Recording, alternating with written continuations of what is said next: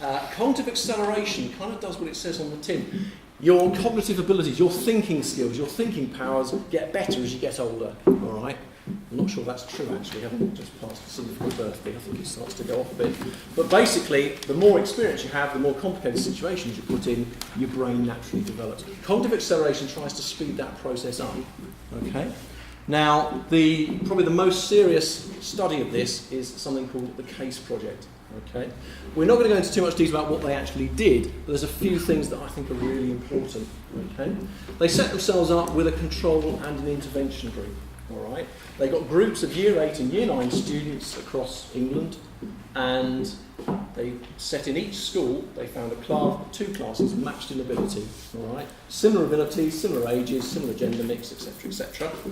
Then what they did, and this is important. What they then did is the control group just did their 3 ordinary science lessons a week. The intervention group, the ones doing the CASE project, lost a science lesson. They lost a science lesson to some nonsense called thinking skills. They did a lesson of scientific thinking skills, not particularly based on teaching them any science, but based on making them deal with more complex situations. Okay? As I say, the details aren't totally important, although we'll come back to these in a moment. CASE lessons centre around cognitive conflict. You have to start with something they can't do. You have to have all students at the coalface, as it were. They have to be confronted with something, some experiment that seems to be doing not what it should do, some set of data that don't make sense, something like that that creates that kind of conflict. The next thing is social construction. They need to talk to each other. All right? Because students talk on the same level as each other. If you ever listen to 2 teenagers talking, it's largely incomprehensible if you're over the age of 21, because they teach a magic language which only they know. And metacognition, they need to talk about how they're solving the problem. All right? Now, these types of lessons, the case lessons, are very difficult to do if you've been teaching for any amount of time, because you just want to interfere. You want to tell them the answer, and that's just the end of the lesson. It's all about working on something you can't yet do, talking to other people who can't do it either, and between you constructing some sort of answer. So instead of doing their 3 science lessons, they were losing a science lesson to do precisely this. Okay? This is why the results are quite significant. CASE students did this, remember, in years 8 and 9. At the end of year 9, they stopped doing CASE and didn't do it ever again. 2 years later, when those students took their GCSE, they on average outperformed the control group by 1 grade. Now that's quite impressive. It's even more impressive because they'd done less science. They'd actually lost science lessons where they were learning about Boyle's law or Ohm's law or something like that. When we talk about these things with staff, people often say, but hang on a minute, we've got lots of exam material to cover. We haven't got time to do this kind of thinking skills nonsense. It turns out to be the other way around. If you build these kind of underlying skills, students will easily, if they can think better, if they can think at a higher level, they're naturally going to make up the ground. Covering the material will come quite quickly. I was at a school in Birmingham last week, talking to a school that's gone particularly down this road, and somebody said in the audience, well, do you find you're just losing time? There's so much pressure on exams. And people said, yes, you do at the start. The first few weeks or so, you start to feel you're getting behind because you haven't covered much material.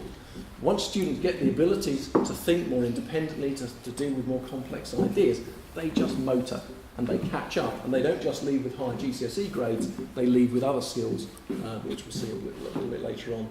So the CASE group actually did less science, did better in their science exams, and their maths exams, and their English exams. Psychologists' term for it is long-term file transfer. The CASE project has a real message for us because standing back from the whole thing and saying we're not going to learn some particular chunks of science, we're going to step back and think about the underlying thinking skills, means you've clearly done something significant, because 2 years later you can still show. I mean, if you did the test 2 weeks later and the intervention group did better, you'd think, well, yeah, fantastic. This was 2 years later. File transfer means whatever you're changing in students' minds, you're actually changing it. It's something that underlies not just science, the ability to think about more complex things. How's that going to help you in science? Well, fairly obviously, and maths, and English, and real life, and your first job, and pretty much everything.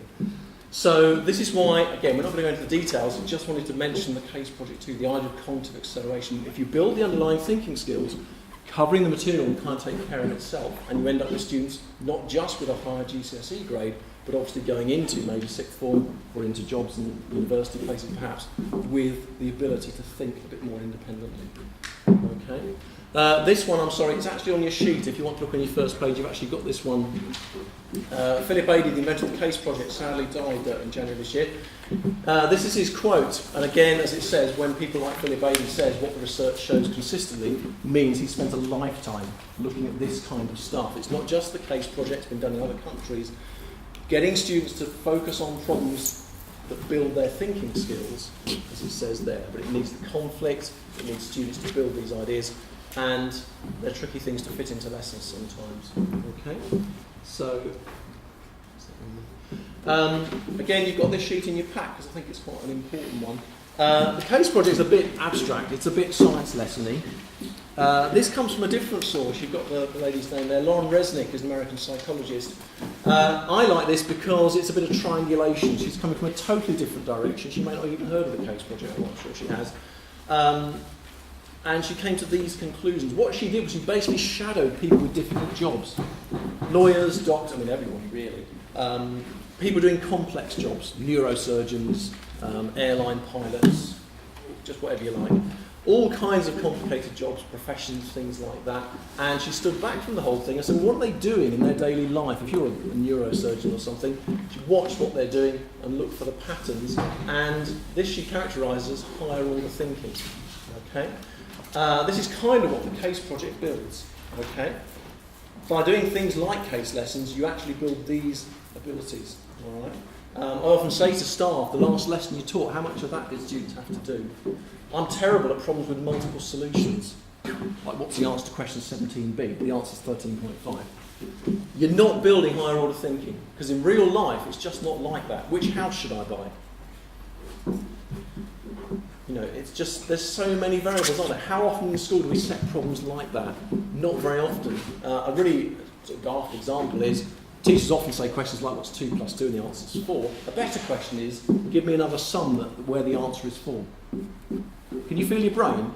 Just, you with me? When I said 2 plus 2, you thought, oh, you know that. The minute I said that, you can feel your brain, can't you, going into third or something like that. You have to think on a slightly higher level.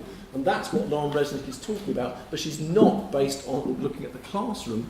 She's looking at the kind of demands that real jobs have. And whatever professional job you might be in, you know, you might have a look at that. I'm sure every day you have problems where you are like imposing meaning. With a grumpy 5-year-old in a paddling pool on Sunday afternoon, not much else to do. I was trying to impose meaning on a fairly chaotic and difficult situation. There's no one right answer. Those are the kinds of things you do in real life.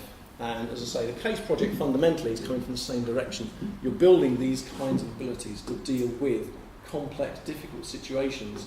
And it turns out if you do that, students don't just do better in exams, they do better in life. Okay? I'm determined to get this quote in whenever I talk to anybody. I just like this one.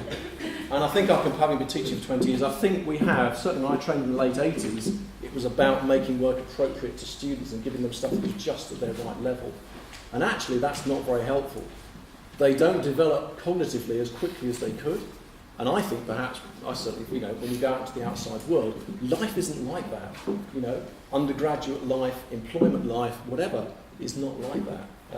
By spoon-feeding students, we may think we're helping them, but actually, that's not the case. You learn by difficulty and things like that.